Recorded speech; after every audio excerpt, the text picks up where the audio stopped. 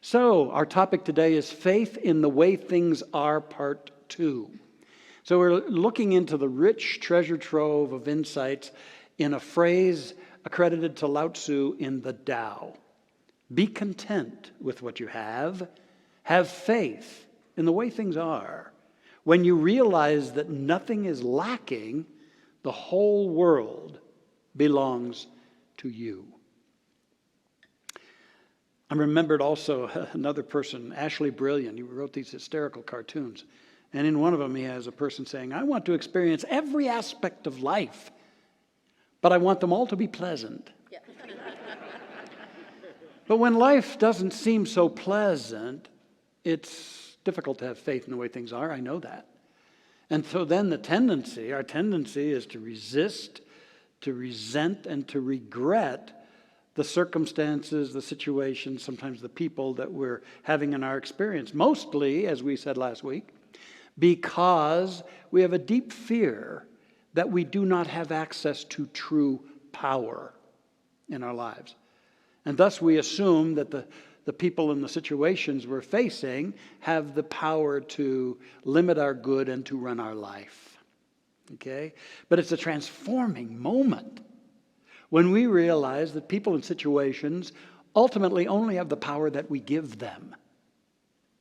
And that we can then move out of contention with them and open to our true power, our true inner power in this life, that we might then be highly creative and guided into the greater good that wants to come forth. Because we also established last week that God in the universe is always working for our greater good.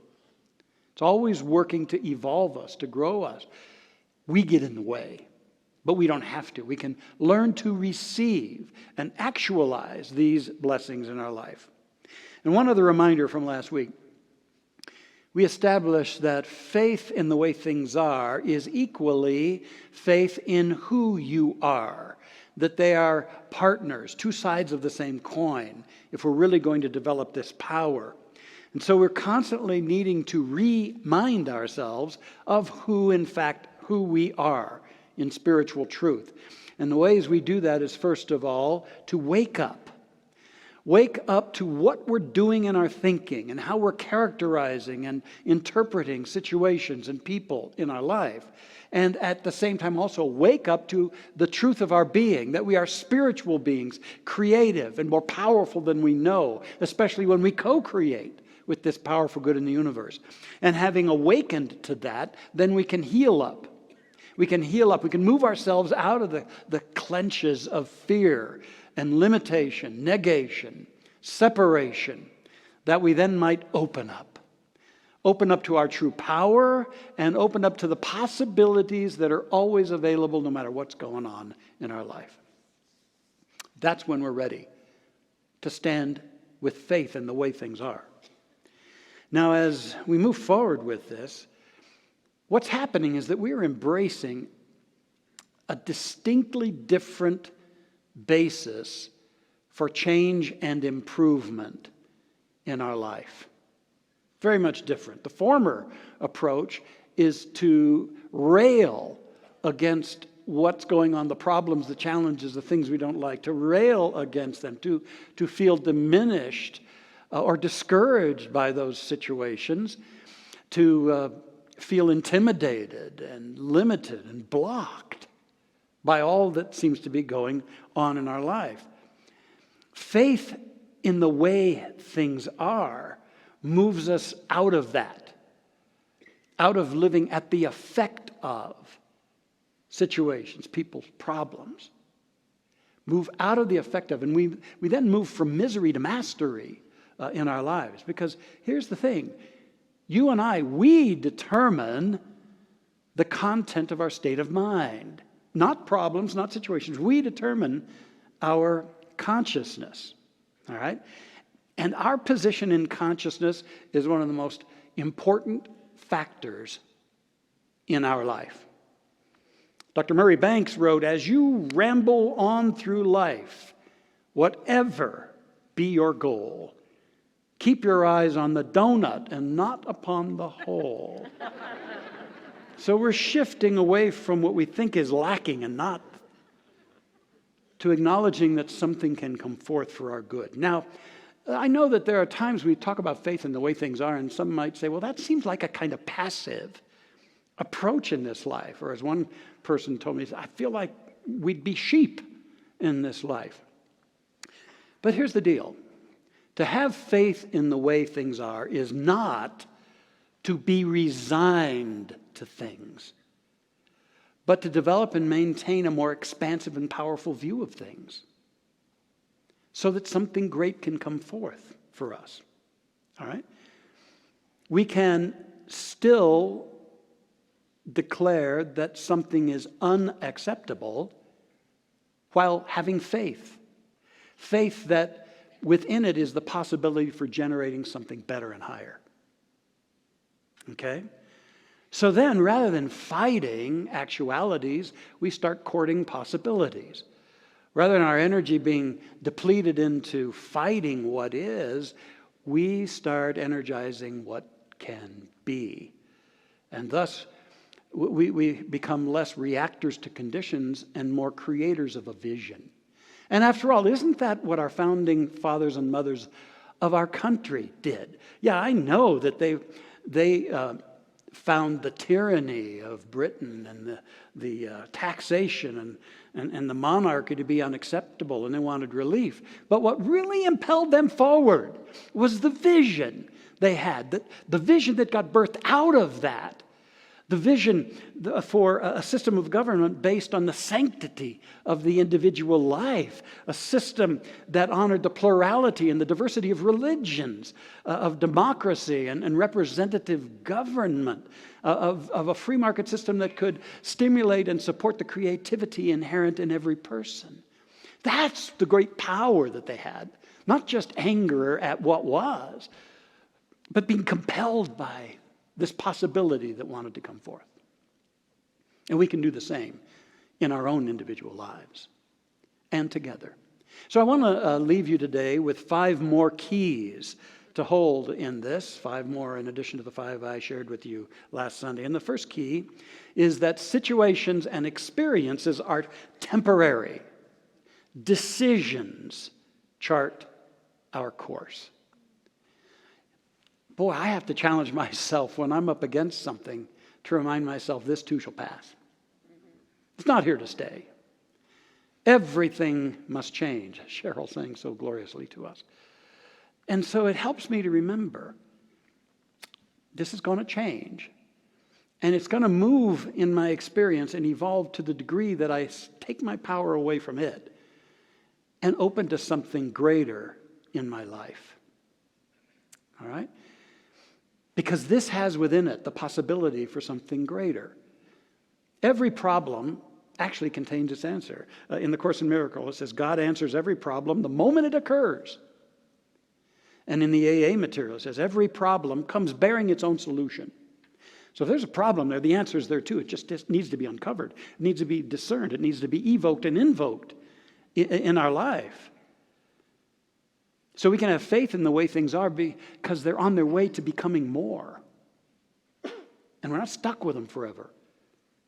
And they start to move when we move. And remember that our creative capacity in this life is based on decision. When we make a binding decision with ourselves, an unequivocal, non-negotiable decision, especially a decision for a possibility greater than what we're seeing in our life, the universal machinery goes to work to help us manifest that. And to claim our power of decision, and to move out of victim consciousness, and to decide what we're going to think, to decide to reframe a situation as rather than a swamp, but as a lush ground for growth, that's where our power, our creative capacity shifts in. In the Bible it says, choose this day whom you shall serve, God or mammon. Now mammon is an old phrase that means the things of the world, the material dimension, the worldly. So every day, every moment, we're choosing. Am I going to align my awareness with possibility, with spirit, with love? Or am I going to get sucked into aligning with the broadcasts and reports of the world and my own old stuff coming up? Choose this day. Decision charts our course. Raymond Charles Barker, like the right-hand person to Dr. Ernest Holmes, a fabulous New Thought Science of Minder, great teacher in New York. He wrote a great book called The Power of Decision.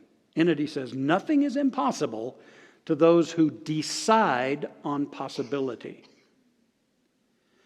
So our challenge when we're facing something is, am I going to decide on possibility here or get dragged down in living at the effect of this, feeling victimized by this? Decide on possibility. And then he says, the moment you decide to live a richer life, your consciousness will devise the ways and means of your having it. What are you deciding about what's going on? An elder care nurse wrote a beautiful tribute and experience that she had. She is 92 years old, petite, well-poised, and proud. She is fully dressed each morning by 8 o'clock, and her hair fashionably coiffed, in spite of the fact she is legally blind. Today, she has moved to a nursing home. Her husband of 70 years recently passed away, making this move necessary. After hours of waiting patiently in the lobby of the nursing home where I'm employed, she smiled sweetly when told her room is now ready. As she maneuvered her walker to the elevator, I provided a visual description of her tiny room, including the eyelet curtains that had been hung on her window. "I love it," she stated with the enthusiasm of an 8-year-old having just been presented with a new puppy. "Well, Mrs. Jones," I said, you haven't even seen the room. Just wait." Then she spoke these words I will never forget. "That does not have anything to do with it," she gently replied. "Happiness is something you decide on ahead of time. Whether I like my room or not does not depend on how the furniture is arranged. It is how I arrange my mind. I have already decided to love it. I have a choice. It's a decision I make every morning when I wake up. I can spend the day in bed recounting the difficulty I have with parts of my body that don't work as well, or I can get out of bed and be thankful for the ones that do work. Every day is a gift, and as long as my eyes open, I will focus on the new day and all of the happy memories I've stored away just for this time in my life." Wake up, heal up, and open up. Make a choice. The second key, things are the way they've been created to be. Now, this is really important. Nothing shows up at any level of life that isn't first an idea. It's impossible. That's the creative process in the universe. And God said, "Let there be," in the mind of God, and there was in form. And you're created, I'm created the same way. When we say "let there be," it can show up in form. Problem is sometimes we don't know what we're saying "let there be." Some of it's unconscious. Some of it's staying susceptible to what everybody else is thinking and letting it use us or guide us. Sometimes we don't always stand at the portal of our life and choose well. But one thing is true. That which is in our life has a message for us that can help us refine our awareness, can help us move to higher ground in our thinking and in our choosing. And so it's important to say this is in place because something in awareness, mine or the world, created it, and now I get to work with that creatively in this life. So we wake up, we heal up, and we open up. And the third key is a partner to this one. Life experiences always come bearing gifts. There's always a gift at the heart of even the most difficult of experiences. And I know it's very normal to hurt when something comes along that hurts us, to feel wounded at times, to feel dispirited at times. That's a part of our journey, and we have to have a lot of self-compassion. And yet at times we have to get rigorous with ourselves and say enough is enough. It's time for me now to climb out of this and look for the gift of growth and new possibilities that is in this situation I'm experiencing. And if we'll look, it'll be there. I remember at a time when I had just completed my first year in the ministry at the ripe old age of 25. And I had taken a small little group in Portland, Oregon, as most of you know, and it had kind of doubled by that time, even in fact a little more. But I was working hard. I had no staff. I had a few loyal volunteers, but they needed direction too. And I was working 6 days a week. I'd take Mondays off. But I had no time for another life, and I had nobody in my life. And you know, I knew at that point in life you don't date people in your congregation. Although I wouldn't be married now if I hadn't done that 33 years ago. But I was svelte as I did it, and it all worked out great. But back then, I felt lonely. And it was eating at me. It was all about the church, and didn't have any friends outside the church or anything like that. And I remember one Monday, my day to catch a breath, I walked down this beautiful walk by the Willamette River, which cuts right down the middle of Portland. And I just slumped down on a bench by the river and watched going on, and was feeling sorry for myself and wondering, how can I keep going in this? I mean, I love what I'm doing, but I don't have a life. And then all of a sudden I saw this enormous barge floating down the river. It was piled high with shipping containers. And it had this puny little tugboat at the other end that was effectively pushing it down the river, though it weighed probably hundreds and hundreds of tons. And I studied that, and all of a sudden the light went on. Wake up, heal up, and open up. The light went on, and I realized, wow, I'm struggling with a sense of burden because I'm out of the flow. I've moved out of the flow. And I got to get back in the flow. This doesn't have to be that hard. But I got to know where the power is. There's a power that can make it easy. And then I had an inspiration. I had a realization that I was the one creating loneliness. Now, in fact, I was alone, although I had my congregation, but I was alone in the other areas of my life. But that didn't mean that I had to feel lonely. That was my creation. I created the self-pity, the futility, the sense of futility and victimhood around that, the sadness. I created all that.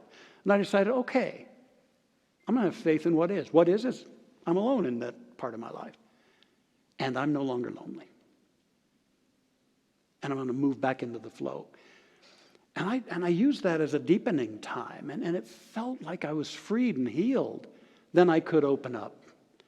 And my life got so much easier. And things flowed. And the church grew.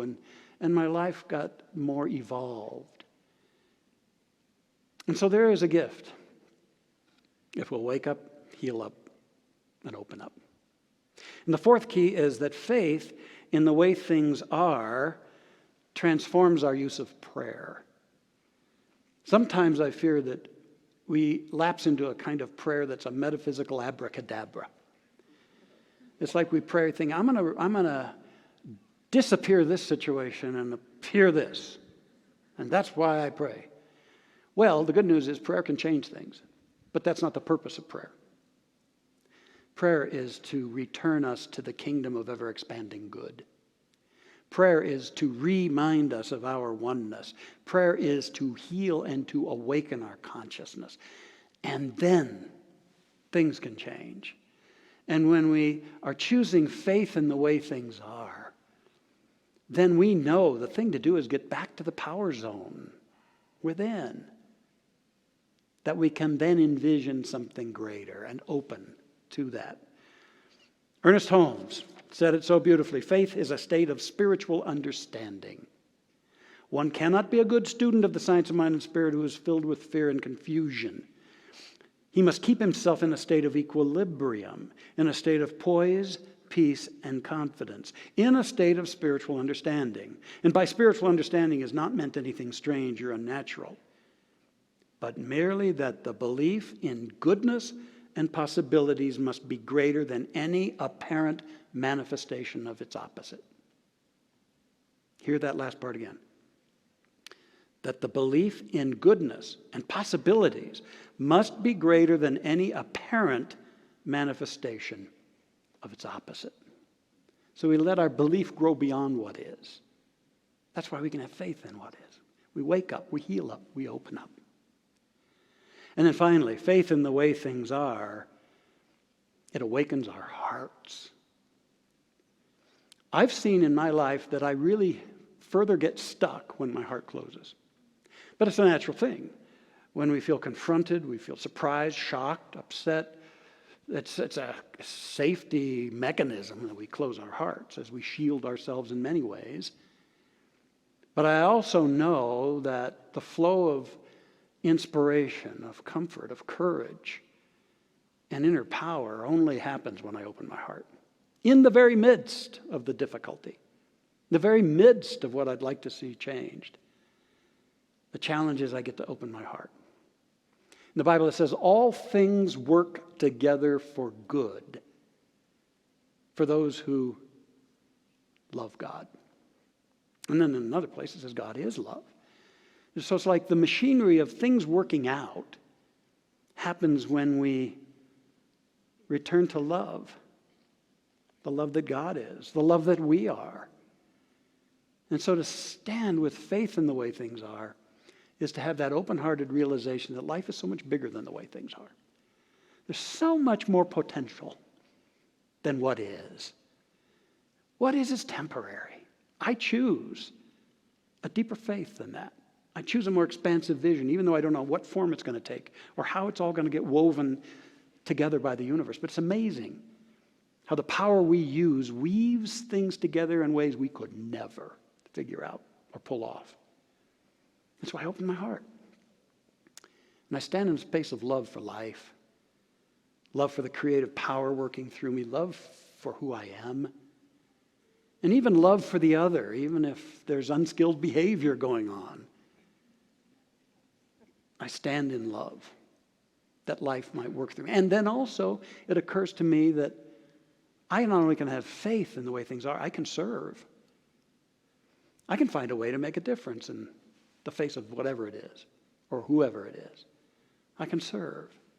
It's been moving to me to notice as we've all gone through this long time of the pandemic that many people, once they got their sea legs, did reach out to serve. They'd call friends, called people they know were alone, shut in, needing support or a voice, and doing whatever they could do. There was a whole lot of that going on. It's a beautiful thing. It's just like we say, let's wear masks just to be safe.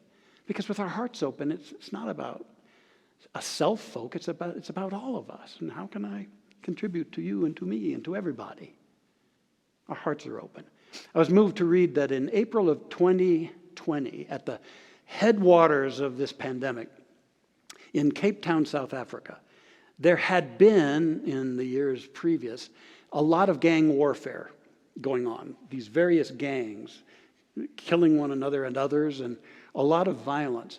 However, in April of 2020, a phenomenal thing occurred. The gangs declared a truce. No more fighting. No more killing.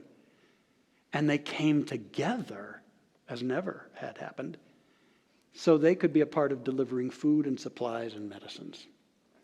And they were well equipped because they knew every square inch of that city and most everybody in it. And so they came together. Now, if there would be those who had said, that would never be possible, I have learned not to say that about me or about anything, because everything is possible. And thus we can wake up, heal up, open up, and stand in faith in who we are as an outlet for God, as a co-creator with God, as a center in infinite mind. And then we can have faith in the way things are, because something's still growing within it all. And so I want to conclude by just inviting you to voice this with me. Try it on vocally. Feel it in your body. Declare with me, I have faith in who I am. I have faith in who I am. Now this time I want you to feel it. Together again. I have faith in who I am. And you're more than you know yourself to be. And also declare, I have faith in the way things are. Yeah, think about what's going on in your life, in the world, and whatever it is. But the seed of possibility wants to sprout in the midst of any and everything. So let's say it again. I have faith in the way things are. One more time. I have faith in the way things are. So be it. Let's have a prayer.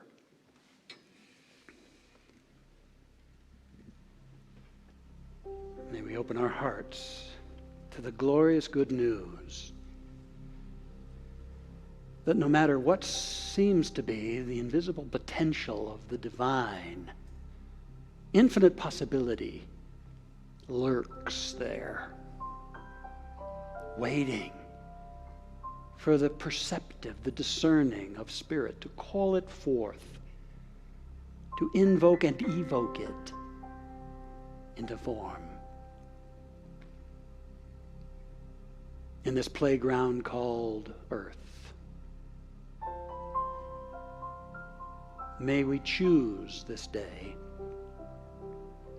to attune ourselves to possibilities, to the greater good ever pressing against us and all of life to come forth. May we choose this day to go beyond reaction and into creation. May we choose this day to love ourselves into our power, to build up, to transcend what seems to loom large. May we choose this day as luminous light beings to shine the light of the Christ, the light of the Spirit, through all that we think, say, do, or imagine.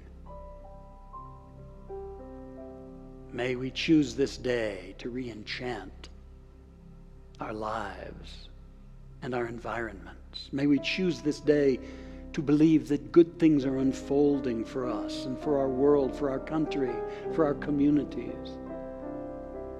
May we work on that behalf. May we choose this day to align ourselves with the good of God, that God might be God in and through us.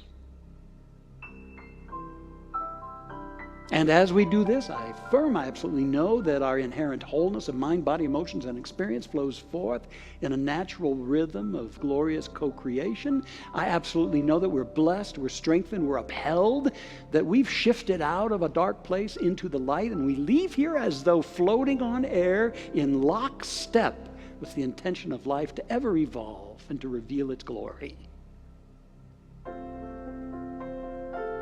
We wake up,